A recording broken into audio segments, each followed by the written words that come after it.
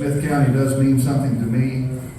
Shawn means the world to me, and he will do you all well. So I support him 1,000%, and I'd ask you to do the same. Thank you.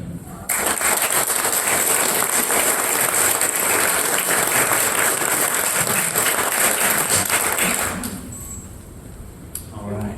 Is that stuff true, Shawn? Some of it, JP. Good evening. What a fantastic crowd. I am absolutely honored. A tremendous thank you to everyone who took time out of their busy week to join us. You know, I know it's a Thursday night, and there are 100 other things that you could be doing tonight with your family, with your friends. But please know that I am absolutely beyond honored that you've decided to join us this evening to support and endorse our campaign and our mission. A special thank you to those here who are already supporting us. Please know that we just couldn't do this without you, and thank you for that. I appreciate that. I would like to take just a few moments to recognize some of those great friends and speakers that you just heard from.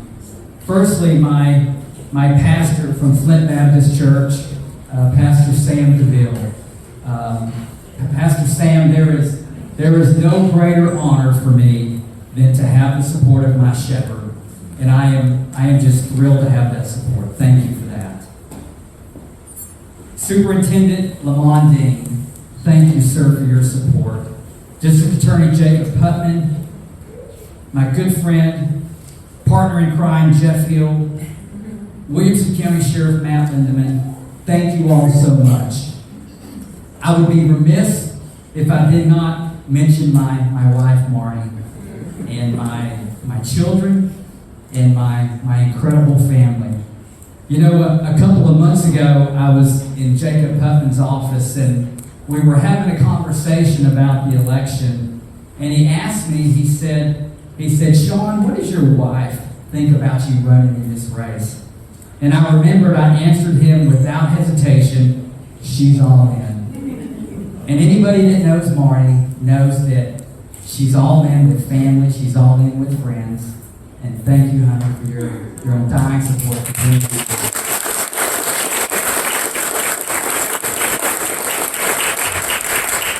If you'll bear with me, I want to take just a few minutes to share the core components of my campaign. You know, if you've seen my business cards or you've seen the push cards or looked at the website, there are three core components that are extremely special to me. And those are integrity, service, and connection. Folks, integrity is fundamental. And I'm here to tell you tonight that my integrity comes from my personal relationship with my Lord and Savior, Jesus Christ. I stand before you today, not by luck, not by chance, not by accident, but because I believe that this is God's divine will and purpose for my life. You know, when we look at integrity, sometimes the clearest picture of one's character is provided by one's family or their professional colleagues. Well, being in the business that I've always been in, we certainly know that family will always have something good to say about you, no matter how rotten of a person you are. So this should always prompt us to reflect on that other component, one's professional life. Ladies and gentlemen, integrity is not developed in a moment, it's demonstrated over a lifetime. I'm here to tell you that I am honorably retired. I have never been terminated from a job. I have never resigned or been asked to resign a job in lieu of termination. I have never resigned a job in lieu of discipline. There are no question marks at the end of the chapters of my life. There are only periods. Integrity is first and foremost. Ladies and gentlemen, we need leaders with integrity. Secondly, let's talk about service. You've heard a little bit about that tonight. I've dedicated my life to service. I've previously demonstrated to the citizens of Precinct 2 that I want to serve and I will make a positive impact. As D.A. Putman mentioned, in 2001, I was appointed by the Smith County Commissioners Court, led then by our now Congressman, Nathaniel Moran, as the interim constable for Precinct 2. As Jacob also said, if you recall, the former constable had been found guilty of official oppression. I was selected to serve as the interim for only 13 months to restore integrity and leadership within that office. I provided the following caveat that I had no interest at all in seeking the elected position that I was serving in after my term expired. I only wanted to serve. So I entered an office that was not exactly thriving. The office had a great group of deputies who just needed leadership and support. One of the first challenges I noticed upon entering the office was that the deputies lacked vital equipment required to perform their jobs safely, namely ballistic vests. Ballistic vests are very important for law enforcement officers.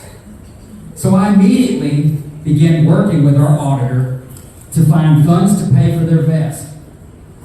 We were able to locate an old drug seizure fund from many years ago, established by that office, which we used to purchase those ballistic vests, along with replacing outdated, critical equipment at no additional cost to the taxpayers.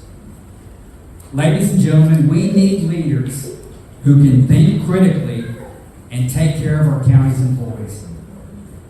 Additionally, I entered an office that lacked a mission, that lacked values, that lacked policies and procedures. We established a mission statement, we established values, and we established policies and procedures in 13 months that are still utilized by the constable there today.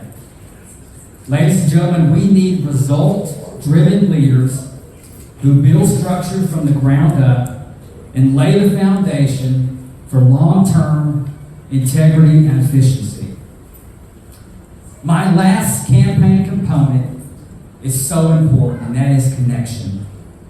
When I took over the office as interim, there was absolutely no community connection. In fact, trust had absolutely been lost, as you can imagine. But, as many of you are here tonight will remember, we changed that. We began hosting quarterly Coffee with the Constable events at Precinct 2 Dairy Queen locations. Now, the events were twofold. We wanted to connect with the communities we serve, but we also wanted to support our local nonprofit organizations. For example, on one occasion, we partnered with the Noonday Food Pantry and asked participants to bring canned goods to our event. On another occasion, we teamed up with the Angel Paws and had participants bring cages and other critical items for the animals that they house. Ladies and gentlemen, we need leaders who believe the heart of public service is giving back and connecting with others to make a lasting difference in our communities.